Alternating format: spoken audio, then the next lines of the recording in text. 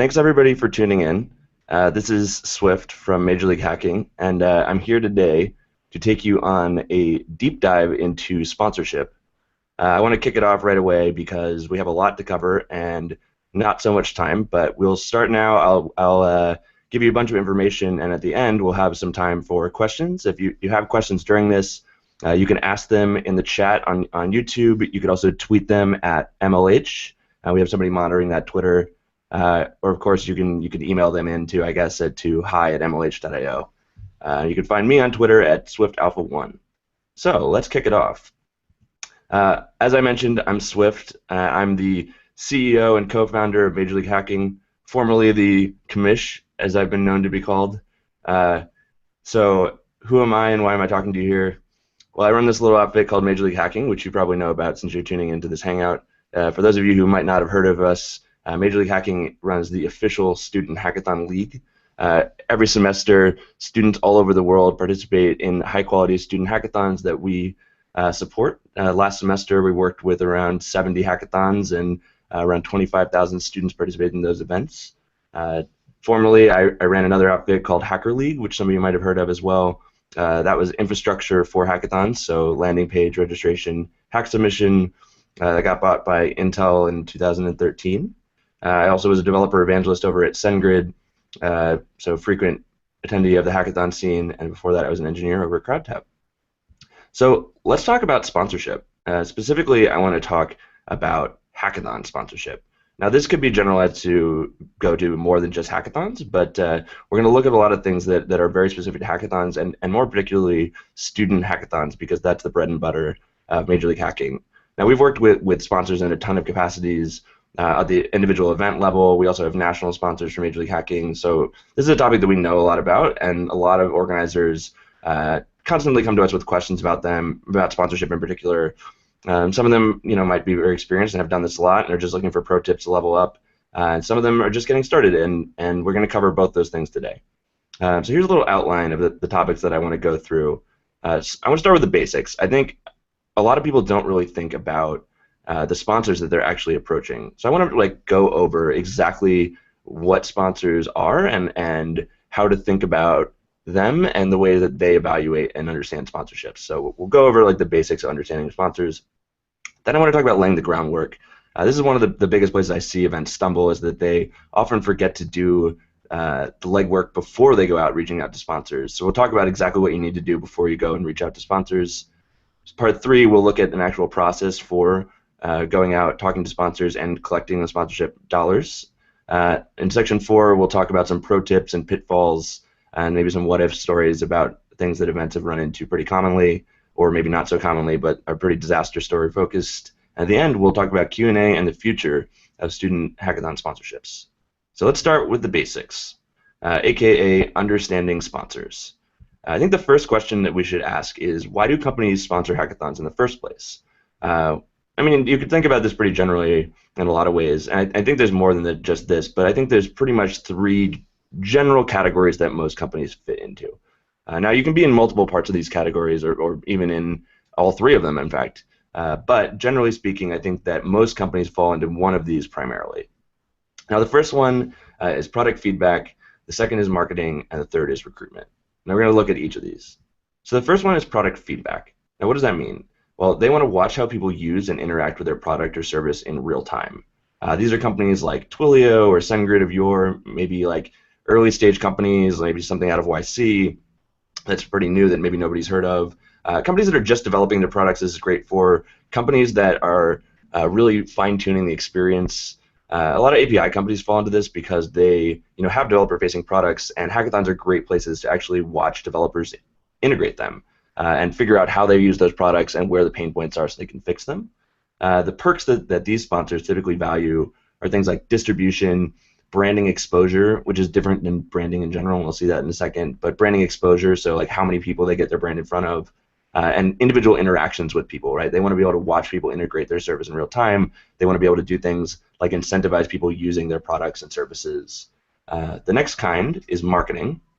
And I actually think there's 2 different categories of marketing sponsorships. Now, the first one is raising brand awareness. So this might be companies that you haven't heard of before, or companies that are out there and are just trying to get their name to be more prevalent.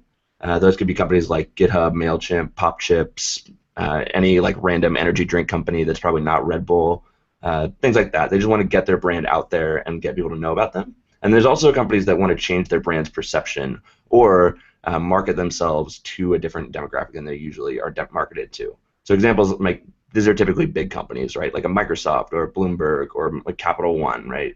They want to change the way that people perceive them as a company or what demographics and groups are perceiving them. Now these companies care a lot about experiences. So again, like how their brand is interacted with, the branding position. So this is different than like necessarily the number of people. It just might be like how people perceive the brand, where it is in branding and the event, and then memorability. Like, is this experience or brand position something that people are going to remember? Is it something that's going to come to the front of mind when they're thinking of companies? And the third kind is obviously recruitment. This is where a lot of sponsorship dollars come for student hackathons. Their objective is to recruit top technical talent and develop employment branding. Typically, like hackathons are a great place to find interns, full-time employees, everything, right? So, obviously there's a lot of incentive for companies to get out here and find top engineers. Some examples that you might know of: A16Z, Apple, Facebook, all definitely out there for recruiting. Perks that are valuable to them, obviously resumes if they're recruiting people. Thought leadership, so things like talks or workshops they can give to show that they do cutting-edge work or that it could be a cool place to work. And interactions, right? So being able to interact with as many people as possible to get a feel for who they are and their stories. So another question we should ask is how do companies decide which event to sponsor, right? We know that the number of student hackathons is definitely on the rise. We also know that the number of companies sponsoring hackathons is on the rise.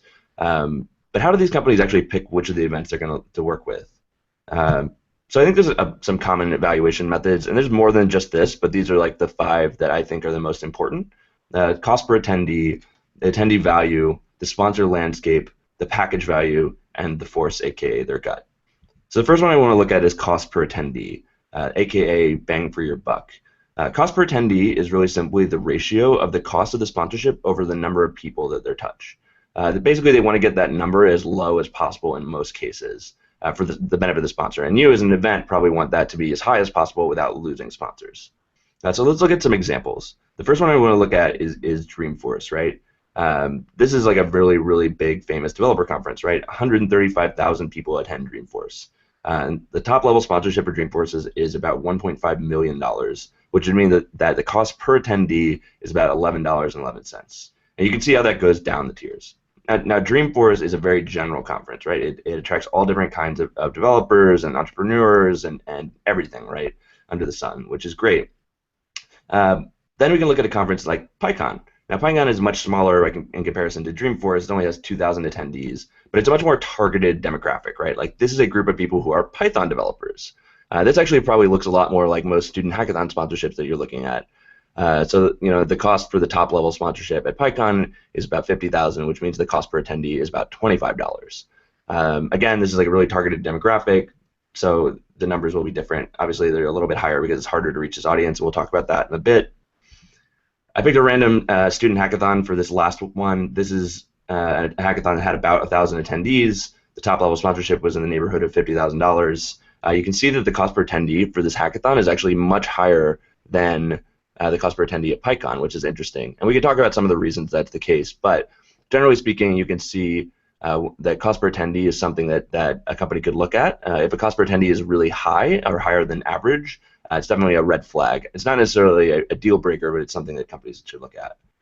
And the thing that's the most important for those companies is they want to make sure that the cost for attendee of the sponsorship is actually lower than what it costs for them to acquire new customers. And if that's not true, there's definitely a problem. Number 2 is attendee value. So this is generally the fit, difficulty, and potential of the audience. So fit is generally, are they potential customers or not? Is it a school that we want to recruit from? Is this the audience that I am looking to market to? Difficulty is like, how hard is it to reach this market? So if it's a general market, it's something like Salesforce, it's not very difficult to get to a very general audience. To get to a more specific audience, like people who are Python developers or student Python developers, might be more difficult. So how hard is it for me to reach this market? And then potential, is this audience potentially a high-value customer for me? Is it a high-value demographic? Do they have a high income? Is it recruiting value? This is interesting, actually. I want to give a shout out to our by season hacker survey, which we actually just sent out, that has a lot of really interesting information that talked about all of these things. So definitely check that out. 3 is the sponsor landscape. So quantity, quality, and value. So generally, quantity is the number of sponsors, quality is who they are, and the value. So you can look at these two different comparisons of like what potential sponsorship landscape could look like. An event with tons of sponsors where there's one like really big brand or a couple really big brands versus an event with fewer sponsors. There are definitely pros and cons of each of them, but looking at who the sponsors are, how many of them there are, and how the positioning is something sponsors definitely look at. Some sponsors will certainly prefer to be the biggest voice in the room. Some will only work with other brands that they know and relate to, which we'll talk about in a bit. Some will only sponsor things their competitors sponsor, but sponsor landscape is definitely another thing they look at. The package value, so what are they getting for their sponsorship? Am I getting my money's worth? Actually, interestingly enough, we've seen that in packages, the direct contribution to attendees' experience, something like Acme Inc. bought me this meal, is actually a more effective sponsorship mechanism than having more perks in a package, right? So having more specific direct contributions. And we'll talk about like some more things that you can put in your sponsorship packages later on. But the package value itself is something sponsors definitely look at. The last thing they use is the force, aka their gut. Does this feel like an event I should be sponsoring? Do the organizers have their stuff together? Have they done this before? Does it seem like it's actually going to happen? And we'll talk a little bit about this later on as well. Another question you should ask is, how do companies pay for their event sponsorships? Does the money just materialize out of thin air, or is it, how does it work? So usually the person that handles the sponsorship and the person that handles the budget is a different person. So when you're negotiating these sponsorships, a lot of the time what's happening is somebody's out on a fact-finding mission, right? They're talking to you to figure out if this is an event that makes sense for their company. They're going to take the information that you give them and the decision they come to and bring it up to the person who controls the budget to actually make the decision. This is a lot like an enterprise sales model when you think about it. The big golden rule of thumb for enterprise sales is that you need to give your champion inside the company, and that's the person that you're talking to for the sponsorship, the best tools they could possibly use to fight the battle for them to take the sponsorship, right? So you want to give them every resource you possibly can to bring it to the person who approves the budget and get them to just say yes instantly. So keep that in mind when you're dealing with people. If you do get a no from somebody, it's not necessarily coming from them. It might be coming from somebody higher up the food chain. Budgets are quarterly. This is something that was news to me when I first started learning about budgets and how large companies worked, but a lot of companies will allocate budgets to departments on a quarterly basis, and they do it based on how much they spend. So if your marketing department, let's pick a big number, let's say like your marketing department's budget is $1 million per quarter, right? Well, in Q1, the marketing department wants to do everything they can to spend that budget. They want to make sure that they're actually probably slightly over the budget, because if it's under, it might get cut, but if it's over, they might get more money in the next quarter. In the worst case, if they go over, they might actually get allocated. They might not actually have money in the second quarter to draw from. It might get subtracted from the next quarter.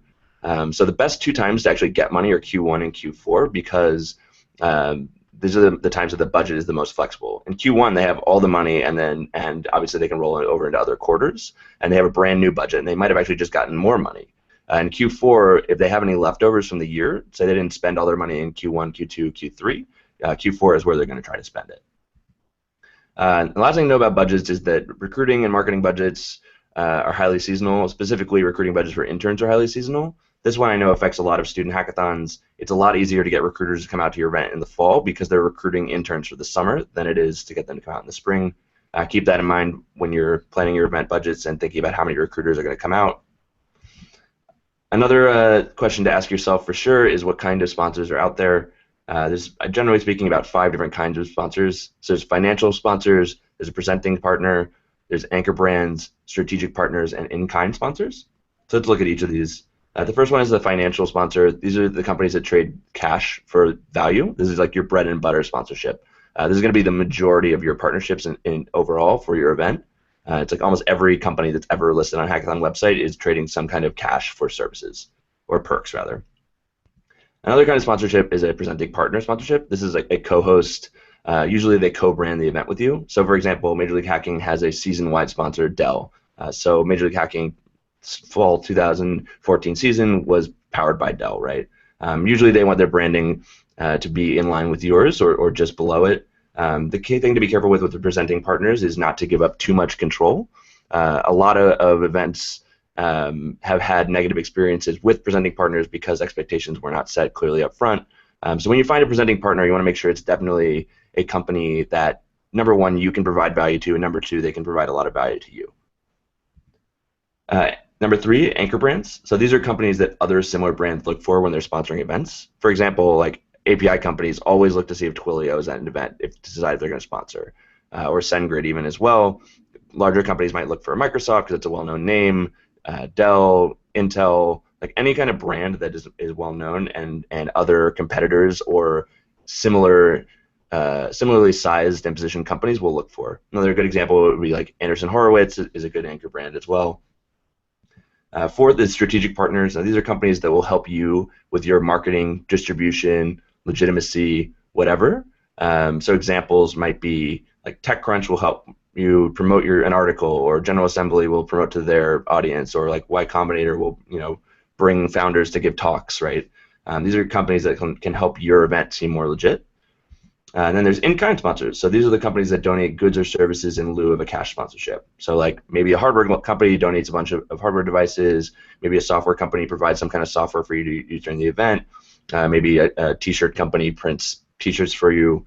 They're usually giving you some kind of product that you would pay for instead, but for free instead of a sponsorship. All right, moving on, laying the groundwork. So now that we understand sponsors, let's talk about what we need to do to actually go out and raise sponsorship for our events. This is an analogy that I love to use when I'm talking to hackathon organizers, where I say that sponsors are a lot like investors. You should only approach them when you're doing well. So imagine that you decide that you have the greatest idea for an app ever, and you want to raise a round to help grow it into a real business. So you go to an investor and you say, Mr. Investor, I have this great idea, let me tell you about it. You give them the pitch, the investor's dumbfounded, like, wow, that is a really great idea. I can't wait to help you. How many users do you have? And you turn to the investor and you say, well, actually, we don't have any users yet. And the investor looks at you a little bit funny and says, oh, well, do you have a prototype? And you look at the investor and say, nope, we don't actually have a prototype yet. We need the money to build it. The investor is going to look at you and say, come back to me when you have your stuff together. This is vaporware right now. And he's absolutely right. Before you go approaching sponsors, you need to have the groundwork laid out. Here's a list of some things I think that you should definitely have before you go approaching sponsors. So a vision. So you should be able to explain exactly what you're trying to accomplish with the event. When it's going to be, how many people will be there, the kind of audience that will be there. Anything about the event you should be able to explain, and it should be convincing. A website with general information. You're most likely a programmer, or you know a lot of programmers because you're learning hackathon. You can put together a website. Honestly, you could use any kind of landing page software out there. I know LaunchRock is a great one, a GitHub Pages site, whatever. Pre-registrations, this is really easy. Throw up a MailChimp form, let people sign up for the event and show they're interested. It doesn't mean that they have to register to come to the event. It might just be giving you their email to show they're interested. Then you have some users who will actually show up. The last two are venue and other sponsors. They might not be locked down, like you might not actually have signed the paperwork for the venue, but being able to show that you're making good progress on securing a venue or have other sponsors in the pipeline is a great way to show progress to other sponsors. Another thing you need to have is an itemized budget for the event. I could literally do an entire talk about budgeting. I don't think we have time to go into it today. Maybe if there's questions at the end, I can go into it. But absolutely you need to know how much money you need to raise in order to even start thinking about sponsorship.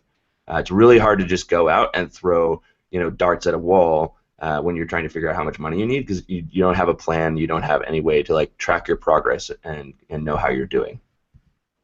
Know where the money goes. I know a lot of student hackathons have issues with this. It's often easier if you're a company, or you have some kind of company like an LLC where you can have a bank account and put money in. If you're a student club, talk to your school about club accounts. There's definitely options out there, but make sure before you go out and raise any money and before people promise you a check, you know how to take the money and collect it and how to spend it as well. Design a good sponsorship prospectus. So I'm going to dive a little bit into this, and prospectus is a pretty general word. I think that there's actually multiple types of prospectuses. Generally speaking, this is some kind of sponsored informational document. So I think there's three different kinds of sponsorship prospectuses or informational docs for sponsors. There's the standard tiers document, which just about every student hackathon has. There's also a PowerPoint deck, and then custom proposals. So let's look at each of these. So the first one is the standard tiers document. So this is usually 1 to 2 pages long, and it provides an overview of the event and the sponsorship tiers available. This is best for sponsors who are going to ask for it, honestly, or are ready to buy. This is the kind of thing that you send to them that it's like basically a bill, right? Like they are going to look, they see exactly what they get, how much it costs, and they're going to cut you the check immediately. We'll look at exactly what you put on this kind of document, but this is the standard fare for most hackathons out there. You've probably seen these. There's a ton of them open source on the internet. I know that Bitcamp has a lot of this stuff online as well. The next one is PowerPoint decks. So these are usually 5 to 10 slides long, and they provide an overview of the event and team. Honestly, this is the best tool for when you're going to cold email someone. Basically, a PowerPoint deck about the event is a hook, right? This is something that tells a narrative about the event, about your team, about what you're trying to accomplish, and gets them really interested and excited about the event. Generally, they're not a place that you put pricing information, and make sure you include obvious things like dates and contact info at the end. But can be a really good tool. There's lots of great templates online for PowerPoint decks. My best tips for you are, number 1, pick a color scheme. Number 2, pick a font scheme. And number 3, less text is more in a lot of ways. Third one is custom proposals. I don't have any fancy pictures of these ones because they're always so different, but a proposal usually is 1 to 5 pages long, provides an overview of the event, and outlines a custom package and price. This is actually, I think, one of the most effective tools out there you have. This is best for tiers without fixed pricing or sponsors who might be able to offer more than cash. So a good example would be like your co-host probably deserves a custom proposal. We can talk a little bit at the end if people have questions about what goes into a custom proposal, but generally speaking, what you really want to do is outline exactly what you are giving to the sponsor and what you want in return. So that could be anything from branding locations to activities you're going to do with them on site to how they're going to be able to interact with attendees or how you're going to share information with them. And then on the other side, it could be how many people they're going to send, how they're going to benefit the event, whether it's going to be a judge or like a mentor or whatever. It could be hardware they're loaning you. It could be anything, right? So custom proposal is the last one. On all 3 of them, you should always include these things. I can't tell you how many sponsorship documents I've seen that don't even have a date or location on them. Make sure you have all these. Event name, obviously, they need to know what event is for. Any of these documents should be something that someone could forward along to the budget decision maker and let them run with it without having to interact with them, right? We talked about how the person who controls the budget is not necessarily the person who you've been talking to. Projected attendance, it's best actually to use ranges on this. You don't want to get locked into exactly how many people you're going to have in case more or less show up. And then a website URL and a contact info, obviously important. Let's talk about tiers a little bit. So these are the different package levels that you have on your sponsorship prospectus document. Some questions that I get asked pretty frequently is how many tiers should I have, how much should my tiers be, and what perks should apply to each tier. Generally, the rule of thumb on number of tiers is rule of 3. You want to have one tier that's reasonably priced that comes with almost no benefits. Maybe it's just like having a slide or their logo on the website or being able to send a technical mentor. You want to have a moderate package that has some perks, pretty good perks, things that people would want. So maybe event presence, access to resumes, whatever. And then you want to have one really expensive one that basically comes with everything, including the kitchen sink. So this could be like the co-host spot. This could be whatever. It's got all the benefits, all the bells and whistles. And the reason you want to do this is because the expensive and the cheap packages act as an anchor price for the moderate one, which is where most people will actually end up. So make sure that they're not too expensive and not too cheap. And we can talk a little bit about pricing next. But generally, I think the rule of 3 is probably the best. There's tons of information about the psychology of how you price things and how many packages you should have. But this is a good baseline to use. So how much should they cost? There's not actually an easy answer here. There's a couple of things you can use to calculate. Cost per attendee is pretty good. You can look at similar events and figure out exactly how much they were charging with their CPA. You should use your budget. Like obviously, the sponsorship tiers for an event that costs $20K is different than an event that costs $120K, right? So you have to use your budget to figure out how much your tiers should cost. There's not really a golden rule of thumb for how much and where the tiers should fit in. Generally speaking, like one of the best rules to think of is like any one tier should not be more than 25% of your budget. Also, you have to use instinct. I mean, this is, again, how much do you think people are willing to pay? Usually, people are willing to pay more than you think they are, so just keep that in mind as well. What perks should be in each tier? The truth is that sponsors value whatever you say is valuable, right?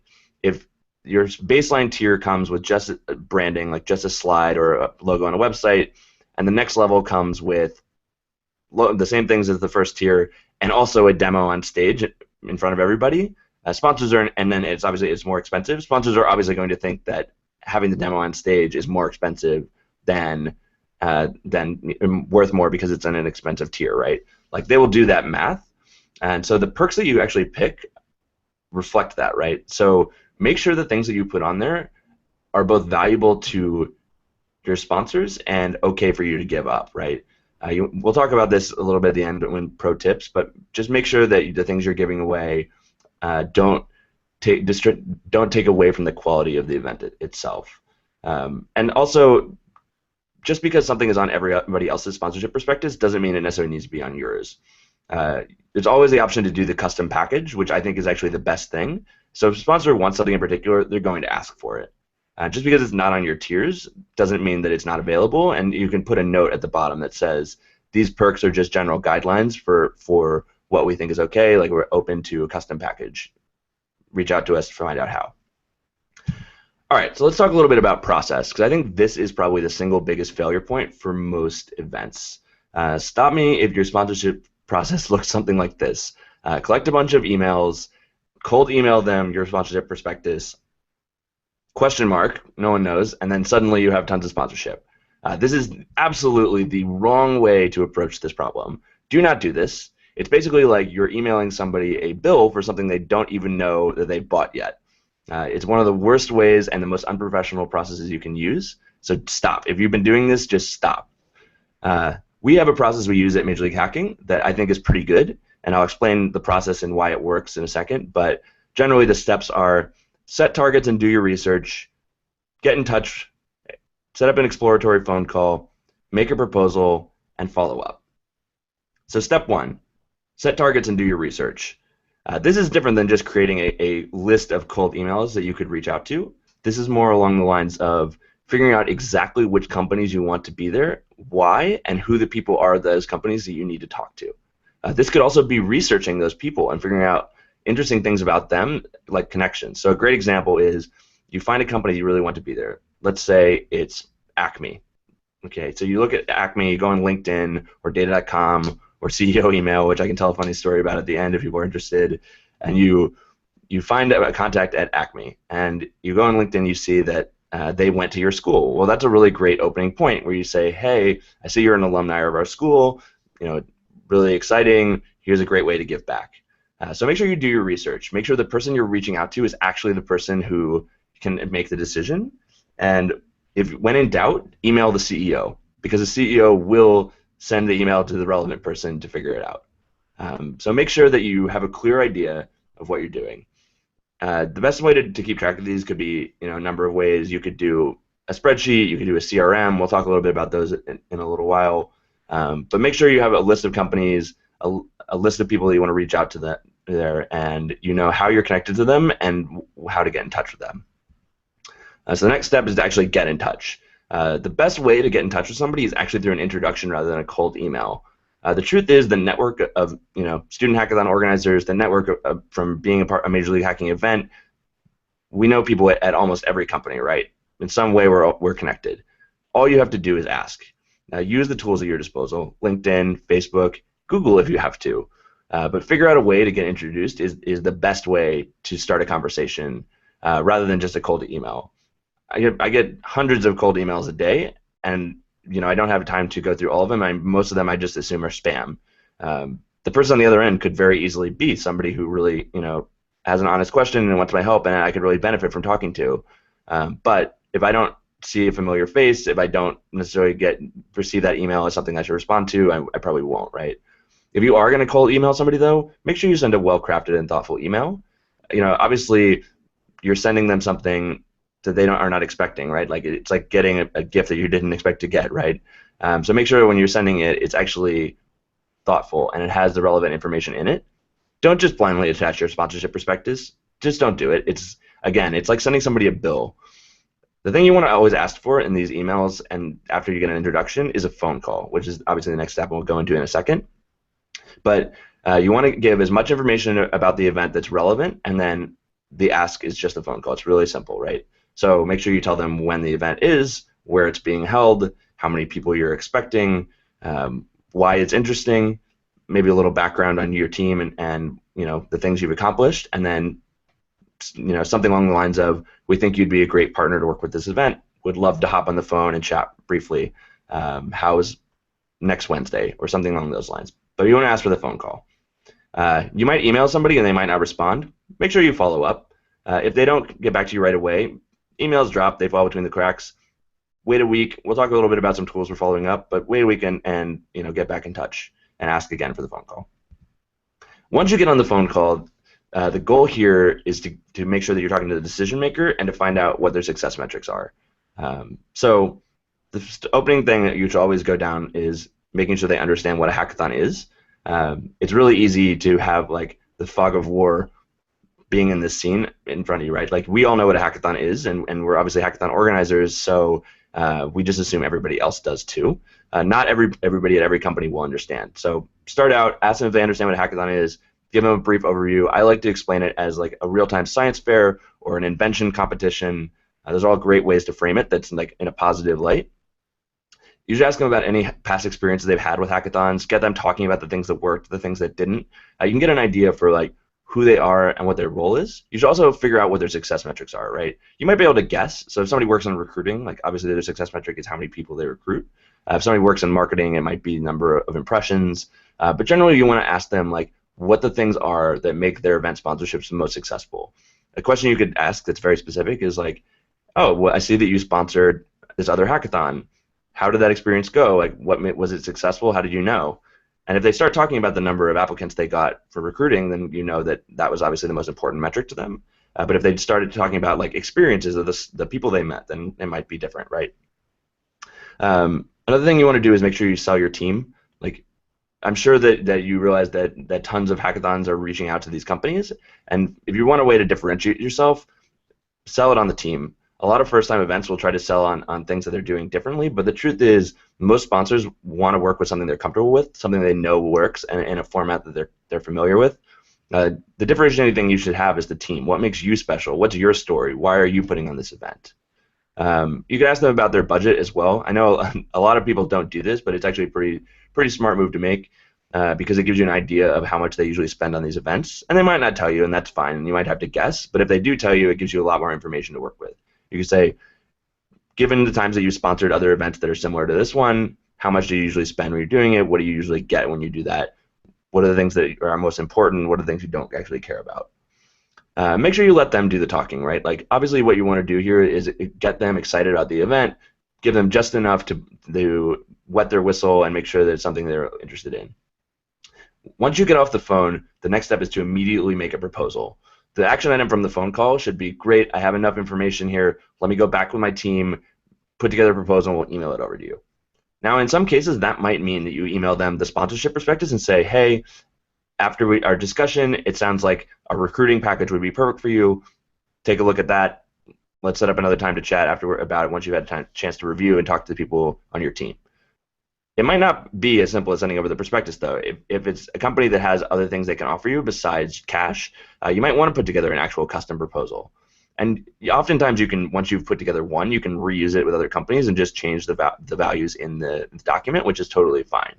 But the key here is when you send this email, you want to make sure that the proposal is actually well crafted and they have a clear explanation of why it's a good fit for their company. The tools to use here is to set a deadline. Say that, hey, here's this proposal. We're trying to get all the sponsorship in by January 9th. We'd love to figure it out before that. Another trick is to ask for a follow-up call immediately. As soon as you send them a proposal, say, hey, would love to chat again once you've had a chance to review this with your team. How's next week? And oftentimes in proposals and documents and things like this, less is more. Don't send them a 10-page email. No one's going to want to read that. Make it concise, make it to the point, and make sure they know exactly what's in there, and they can understand it really clearly. Step 5 is follow up. Oftentimes, you will email the sponsor their proposal, and then you won't hear back immediately. If you don't hear back immediately, don't worry about it. It's not the end of the world. send an email to them asking how things are going a week later, 2 weeks later, whatever. Obviously, don't do it to the point of being annoying, but things fall between the cracks, as we mentioned before. A lot of these people have jobs besides sponsoring hackathons, and so it's understandable that your hackathon is not always on their radar. A simple bump email is enough to bring it back to their mind, which is great. Some tools you could use for this, obviously CRMs, Relate IQ, Excel, whatever. Boomerang is great. You can set an email to come back to your inbox if nobody responds to it within a week. Follow up CC, you can actually CC an email address and have it remind you to follow up in a certain time period. Those are all great tools. I didn't really touch on this with a slide, but after you've gone through this process, when somebody says yes, the next step is obviously to invoice them. So again, this is probably, I could do a whole talk on finances for hackathons and budgeting and all kinds of great stuff, but you should have an invoice template prepared and a general agreement, and your obviously tax documents ready as well.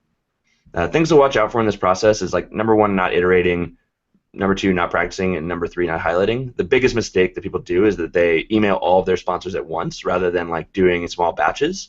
So the truth is you get better at this process over time. The first time you go through this, you are going to be horrible. It's totally understandable. It happens. If you do a small group of sponsors that you almost know you can close guaranteed, and you start with them and practice the process, the next batch of sponsors will be easier. So don't put all your eggs in one basket. Make sure you're practicing. Make sure you're figuring out what works for you and what doesn't. Just because our process is great for us doesn't mean it's going to be the best fit for everybody. But generally speaking, make sure you're iterating on it. Make sure you're improving. Making sure you're looking for ways to get better. And not highlighting when you're giving these calls, when you're writing these emails, when you're putting together proposals, make sure you're highlighting the things that are relevant to the sponsor. There's a lot of filler that you need to have for somebody who might not be as up to date on the content, but highlighting key takeaways is a really easy way to make sure that people remember the important points. So a great example of that might be sending an email after a phone call saying, "Hey Ashley, it was great chatting with you. Really enjoyed our conversation. It sounds like sponsoring our event would be a great fit for your company because of X, Y, and Z, and X, Y, and Z are all things from the conversation. Let's chat again next week." And the things you're highlighting are the X, Y, and Z, the things that she actually cares about. So make sure you do that as well. Next, I want to talk about some pro tips. These are things that we've found are just general best practices for interacting with sponsors and raising sponsorship. Number one is under-promise and over-deliver. The truth is, if you promise the sponsors the moon and then you don't deliver the moon, they're not going to sponsor again, right? Promise the minimum amount that they'll come on board and then over-deliver that 10x. Keep them happy. Make sure that they feel like they got the most value possible out of it. I mean, there's not much more to say on this one, but the truth is, don't promise them everything, but plan on delivering everything anyway. Follow up. So this is something that almost no one ever does. Send a post-event survey to your sponsors. Ask them how the event was. At Major League Hacking, one of our favorite metrics is Net Promoter Score. How likely are you to refer X to a friend or colleague, where X is your event? You take all of the percentages of the people who answered 0 to 6 and subtract it from the people who answered 9 to 10, and you come up with a score. So obviously it could range from -100 to +100. Anything above a 30 is amazing, right? So Net Promoter Score is a great tool to use for surveys. Also, just asking them about ways you can improve the event is great. It'll also help you flush out any pain points or things that sponsors didn't like. Write a thank you note. This is great. Everybody loves to get a handwritten thank you note. It would be really easy for you to get the address of all of your sponsors and write a thank you after the event saying, "Hey, we really appreciate your sponsorship. We look forward to working with you again next year." And then event recap and photos. This is an interesting one. So again, we talked about how the person who handles the sponsorship is not usually the one who handles the budget. This is a tool that you can easily give them to use later on when they need to justify the budget again, is a recap of everything that happened and some photos that they can share internally. The recap is things like numbers, how many people attended, interesting things that happened during the event, press mentions, whatever, right? Things that would be relevant numbers or experiences that sponsors need to remember or are great selling points. And then photos, which is for the sponsor to take to their team and show what the event was like, even if they weren't able to come, right? Imagining what happens at a hackathon can be really hard, so having photos is something that's pretty important. Interesting point for Major League Hacking events, and this also goes back to a former point I made too. We do have a photographer at every single event, so if you go to the Major League Hacking Facebook, there's literally thousands and thousands of great hackathon photos that you can use, for decks that you can use as recaps after the events. definitely take advantage of that. Use the right of first refusal to upsell sponsors. So oftentimes you'll find a sponsor who's on the package or on the fence between two packages. A really interesting tool to use is the right of first refusal to upsell them. So you could say something like, "Oh, totally understand that you're evaluating between the bronze package and the silver package. If you decide to take the silver package, we'll offer you the right of first refusal to come back next season at the same price, or maybe even a price that's a little higher, right?" This is a great tool because it's an additional value add that sponsors feel like they're getting because they have a guarantee they can come back at a certain level if it's a great experience, and like obviously you're selling them that it is a great experience. But for you, and it's also positive because you have a guaranteed sponsor for the next semester. So this is a really interesting tool. Also, doing package deals is another interesting mechanism that you could use. You could say, hey, if you agree to sponsor our fall and our spring events, we'll keep it at this level without increasing for the spring or the fall, whatever one comes next. So that's another interesting tool to use. Here's an important one: sell the team and expertise. The truth is, and I talked about this briefly before, a lot of people are trying to differentiate their events by things they're doing at the events, but a lot of sponsors, want the same experience. If they're sponsoring a lot of hackathons, it's because they know it works. And iterating on the event to make it better for them is like not a great way to go about differentiation. Sell your team. Sell what makes you interesting, the experience you have, your expertise. If you're a sanctioned event, sell the fact that you're working with Major League Hacking. Sell the fact that you are one of the experts at organizing hackathons and you have other experts at your disposal. It's important to sell the team and make sure that sponsors feel like they're in good hands. Here's another one: regular and timely communication before, during, and after the event. This is something that almost nobody does for their sponsors, but make sure the week before the event you send the sponsors an email giving them all the details about the event, where it is, when to show up, what to expect, what the schedule is. During the event, send them regular updates about things they need to know. Make sure you're here for judging, make sure you're here for final ceremonies, whatever. And then after the event, make sure you send them that communication, thanking them, sending them a survey, sending them a recap. When you're actually negotiating sponsorships, be willing to negotiate. Sticking rigidly to your tiers is not a great way to secure a lot of sponsors. But again, when you're negotiating, don't want to give away the keys of the castle. Be mindful of what you're giving away. Obviously, you don't want to sell your attendees' souls to potential sponsors, but you want to be flexible enough for people who might have budgetary or other issues. And last but not least, use a standard sponsorship contract. If you don't have one, Major League Hacking actually has a generic one that we are going to be publishing hopefully this week or maybe the first week of January, which you can definitely use. But having some kind of general sponsorship agreement that says, exactly what the sponsor is planning on getting and exactly what you're getting in return is a great tool to have. People tend to remember things on a phone differently than they are in writing. I mean, the classic telephone game is a great example, but making sure that you put things in contract form, even if it's as simple as just a document that says, here is what the sponsor's getting and it has bullets, here's what we're getting and it has bullets. It doesn't have to be a fancy legal contract, but just something in writing is great. And here are some common pitfalls that I see events run into all the time. Maybes. So this is when they're talking with a sponsor and the sponsor is just on the fence forever. So this is they might blame it on bureaucracy, they might blame it on budgetary issues, they might just say they're thinking about it, but this is when a sponsor is just taking forever and they don't want to commit. Being able to understand when this is happening and focus on other sponsors is a really important skill to learn. And oftentimes the maybes are the hardest ones to get out of because it's usually your biggest sponsors.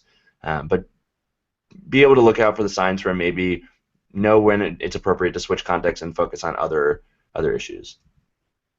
Not understanding payment cycles. This is a common pain point. The truth is, a lot of people assume that when you sign the sponsorship contract that money goes into the bank the next day. The truth is, every company has a payment cycle. So usually the way they say this is net N, where N is a number, between 5 and 90 usually. So larger companies have longer payment cycles. So net 90 means they're not going to actually cut you a check until 90 days after you invoice them. So if your event happens before their standard payment cycle comes up, make sure you know that. It's another point that you can negotiate when you're negotiating the actual sponsorship because it's usually somewhat flexible, but be aware of that issue for sure. And last but not least, valuing what you're selling. Don't sell your attendees' souls. make sure that the things you're selling are both valuable to the sponsor and to the event. There's a lot of happy mediums, but the truth is if you sell too much, your attendees will know it. Their experience will be bad, the sponsor's experience will be bad, and the event will be bad in general. So just be careful about what you sell. So now it's time for questions. So I think we're going to bring Nick Quinlan on here, and he's going to help us with the questions. Hey there, Swift. Thanks so much. That was an amazing presentation. We got a whole lot of really good questions, too. So we've got about 10 minutes to go through a couple of them. So the first one is, what's a good timeline that you'd suggest for sponsor outreach? Like, when should you start doing it? Yeah, I think that obviously the farther out you do it, the better, but not to an extreme, right? So remembering that budgets are quarterly, if you approach somebody before the quarter has started, that's usually a good spot to be in because you can get into their budget for that quarter before it's set. So typically, for that to work out, and the thing to keep in mind is not every company is on like standard quarters, but the farther out you can reach out to them and get the conversation going, the better off you are. I mean, the minimum time frame I would say to like start reaching out to sponsors is about 3 months before the event. Anywhere between 4 and 6 months out is probably good too. If you reach out 4 months out, you're guaranteed to know that you are at least a quarter out, right? So that might be a good place to start. But obviously, like the time that it takes to close a sponsorship varies based on the size of the company. It varies based on like what the sponsorship deal is, who you're talking to, whether they're a decision maker or they need to pass it along. So understanding who you're reaching out to and what you're asking for is another key component of that as well. But I don't think there's like a universal one-size-fit-all answer for that. Awesome. Well, thank you so much for that. Another question that we got was, how do you get big companies to take note of your event, and what kind of contribution should you expect? And that's coming from Andrea Barak. Cool. So yeah, big companies, I think the thing you have to remember is that big companies, and again, this all comes back to who you're talking to, right? And like, so let's look at it from a recruiting angle, right? Because I think that's a really easy one. So like a big company like has a list of schools they recruit from. So if your school is on that list, you got it made because basically you can find the recruiter for your school, reach out to them and say like, hey, I have this great recruiting opportunity for you. So that's a really easy way to get noticed. If it's not on their list, maybe finding the person who would be in charge of adding the school to their list of schools they recruit from and pitching them on the idea of recruiting from your school and how now is the time and how many smart, amazing engineers or people there are there is a great way to get noticed. If it's from a marketing perspective, usually it's about demographics, audience size even. So like a lot of times for marketing sponsorships, like more people is better. So having a 1,000-person event and pitching to a marketing person is probably better than having a really tiny 40-person event for a lot of reasons. But yeah, I think generally speaking, it depends on who you're pitching in the company and how you're approaching it. I think again, selling yourself, like the team, is the best way to get noticed, right? If I go into a meeting with a company and I'm talking about like we have an annual hackathon organizer conference, right? It's coming HackCon, which is coming up in January at the end of it. Honestly, and so also I cannot forget this at the end. I'm supposed to announce when the next batch of tickets are going on sale. So don't let me forget that, Nick. But so for our conference, like if I were to go to talk to a sponsor, like the first thing I'd open with is how Major League Hacking is like the place that student hackathon organizers come for advice, mentorship, support, and like how our team knows this audience and this movement better than anybody else, right? Starting with the team is like a good way to prove yourself to companies rather than talking about the event at first. Okay, great. So we have the converse of that question too, coming from Leo Rudberg. There are a lot of smaller companies who maybe have not heard of hackathons, right? And maybe they're local to your area. How do you get them interested and wanting to sponsor? Yeah, this is a great one. So there's actually a pro tip that I forgot to include that this brings up, which is one of the best places to source sponsors is from your career services department. So go to the career services department and ask which companies sponsor like the engineering recruiting fair, and then they'll even give you the contacts at those companies if you tell them you're going to apply for a job. And so you can reach out to all those people and say, hey, I know you sponsor our career fair. Well, we're throwing this thing called a hackathon, which is like a real-time science fair, invention competition for engineers, this is going to be worth way more of your time than the career fair ever will be. And so like that's a great opening sell. A lot of like local companies, yeah, you're right, they haven't heard of hackathons, so you'll have to explain it. Again, that's about like dumbing it down into terms that make sense to them and that's something they can relate to. Using a comparison of like a science fair or an invention competition is a great way to do it. Also, I mean, like this analogy pains me, but you could say it's kind of like a startup weekend if they're familiar with that. But yeah, I think that analogies and then finding good ways to reach out to local companies is great. And honestly, most events, their budget comes from local companies. National companies, while they might be logos you remember because you know them, if you look at most websites for events, like the majority, a lot of the companies that sponsor are like local to those regions, which is why they're there.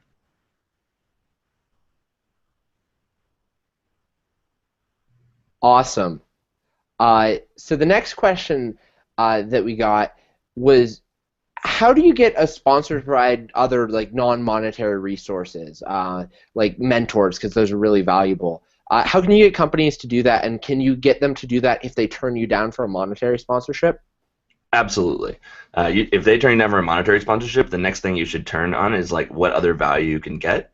Uh, and honestly, you shouldn't give them the keys of the castle again. Like this is one of those points about negotiation where it's like, don't give up the things that you tried to sell them, but give them things that you know are valuable that you can use to sell them next time. So like going to them and saying like, oh, I totally understand that this is outside your budget for this quarter. We'd love to talk again next semester when the hackathon comes up.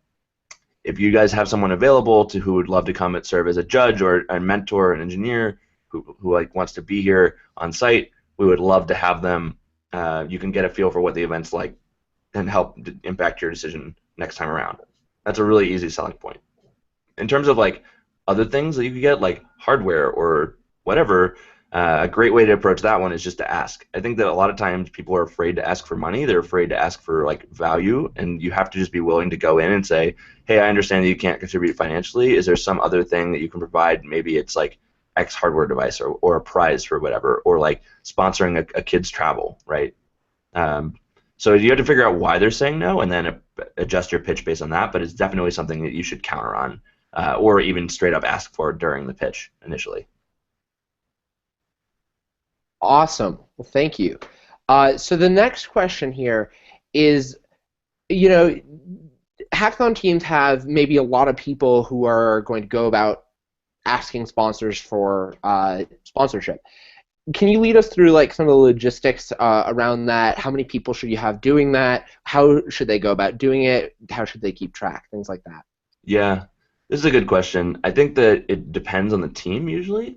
I wouldn't have too many people doing it that is unmanageable. Basically, the thing you want to keep track of is what's going on at any given point in time, right? Like you should use either a spreadsheet or some kind of software so that you know who is responsible for each lead and where that lead is in the process of being converted from a lead to an actual sale, right? If you have no idea who's talking to what companies and when and how, that's really bad.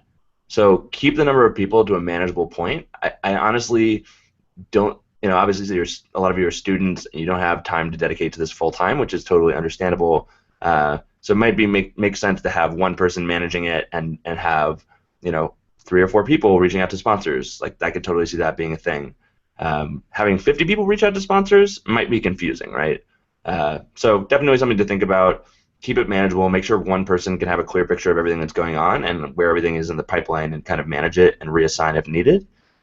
Tools for that, definitely CRMs. Relate IQ is great. There's tons of free open source CRMs that are out there. Anything like that will do. Even a spreadsheet is like the most bare bones you can get, which is great too. But definitely use those tools and definitely like have a good idea of who is reaching out to which people at which companies. Awesome. So we're right on our time. So before we announce when the next HackCon batch of tickets are, we got a whole lot of other really great questions. So what we're going to do is we'll write a follow-up blog post answering some of the other awesome questions that you folks asked during this call. So look for that. And also we'll be following up with a link of the recording of this video pretty quickly after this call. So with that, Swift, when are the HackCon tickets coming out? Okay. Well, first off, I want to say thanks to everybody for listening. We really appreciate you tuning in. Obviously, we hope you learned a lot. If you have questions for me, you can tweet me at SwiftAlpha1. If you have questions about Major League Hacking, tweet at MLHacks. Obviously, the spring season just got announced. If you're an aspiring hackathon organizer and you're interested in being an officially sanctioned event, please, please, please reach out to us. We'd love to help you. We work with people at all stages of planning, from just coming up with the idea all the way through teams that have done this a million times. So definitely don't be afraid to reach out. So without further ado, the next batch of HackCon tickets will be going out tonight at midnight. So definitely at Eastern time, so midnight Eastern time tonight. And today is, what day is today? I don't even know what today is. December 17th. December 17th. So at midnight on December 18th, so tonight in roughly 7 hours, they will be going on sale. There's only a few tickets left, so make sure that you're there and grab them. It's going to be really epic. We also have the announcement for the housing and venue going out in the next couple of days, so keep tuned for that. It's really, really amazing. There's going to be about 225 hackathon organizers at the event. It's going to be in New York on January 31st to February 1st. It's going to be a great time. I really hope we get to see everybody there. So I think that's it, and we're going to wrap this up, but really appreciate everybody tuning in. Again, you can find me on Twitter, SwiftAlpha1. You can tweet me at MLHacks as well, and we will get to everybody's questions and get those answered, and I hope you guys learned something and enjoyed the talk. Thank you.